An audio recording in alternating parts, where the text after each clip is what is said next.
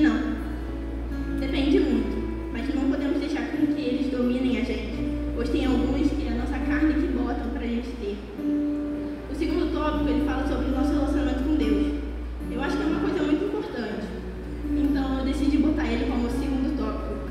Eu peço à igreja que abra também Tiago 4, do 7 ao 10, que assim diz: portanto, obedeçam a Deus em frente ao diabo, que ele fugirá de vocês. Cheguem perto de Deus e ele chegará perto de vocês. Lavem as mãos, pecadores, limpem o coração, hipócritas. Fiquem tristes, gritem e chorem. Mudem suas risadas em choro e a sua alegria em tristeza. Humilhem-se diante do Senhor e ele os colocará numa posição de honra. Tem uma frase aqui também que diz assim: o diabo sabe o seu final e sabe que não importa o que ele faça, ele não terá a vitória. Mas ele, desculpa a expressão, acorda tocando terror. Mas você sabe que irá reinar e que és filho de Deus. Mas mesmo assim desiste todo dia. O diabo não tenta mudar o futuro dele, mas sim o seu. Nós temos que entender que por mais de uma situação que nós estejamos passando, o Senhor já nos dá capacidade para passar. E tem mais uma frase que me fez entender melhor sobre como me relacionar, que diz: o nosso relacionamento com Deus é tipo a bateria de um celular. Se desconectar do carregador, a bateria cai. E se não carregarmos, chega no zero. Então carregue seu relacionamento com Deus frequentemente. Nós temos que entender que por mais que a gente ache que se nos afastarmos um pouco não fará diferença, acaba que nós não percebemos que a nossa bateria já caiu e que todo o esforço que nós temos para nos aproximar dele, ter um relacionamento íntimo, se foi por água abaixo. Então carregue seu relacionamento com o Senhor diariamente.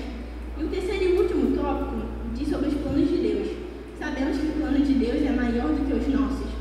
Então, eu digo para a igreja nessa noite: o silêncio de Deus é, na verdade, um pedido de confiança, pois às vezes Deus destrói seus planos antes que os seus planos te destruam.